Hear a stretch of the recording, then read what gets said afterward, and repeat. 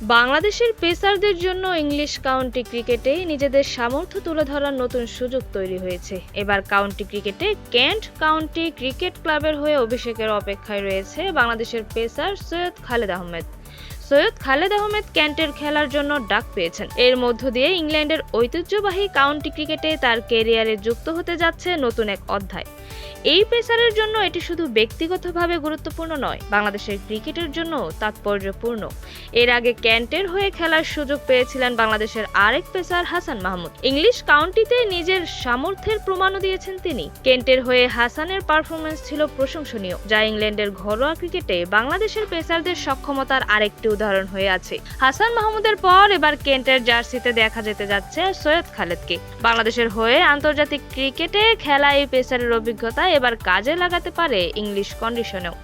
বিশেষ করে সিম ও সুইং এর সহায়ক পরিবেশে তার বোলিং বৈচিত্র্য কেন্টের বোলিং আক্রমণে বাড়তি শক্তি যোগ করতে পারে। বাংলাদেশি পেসারদের কাউন্টি ক্রিকেটে যুক্ত হওয়ার ধারাবাহিকতায় শরীফুল ইসলামও কেন্টে ডাক পেয়েছেন। ফলে ইংল্যান্ডের ঘরোয়া ক্রিকেটে বাংলাদেশের পেসারদের উপস্থিতি ক্রমেই দৃশ্যমান হচ্ছে। বাংলাদেশের ক্রিকেটে দীর্ঘদিন ধরেই পেস বোলিং নিয়ে বিশেষভাবে কাজ করা হচ্ছে। আন্তর্জাতিক ক্রিকেটে সাম্প্রতিক সময়ে বাংলাদেশের পেসারদের উন্নতিও সেই প্রচেষ্টার প্রতিফলন।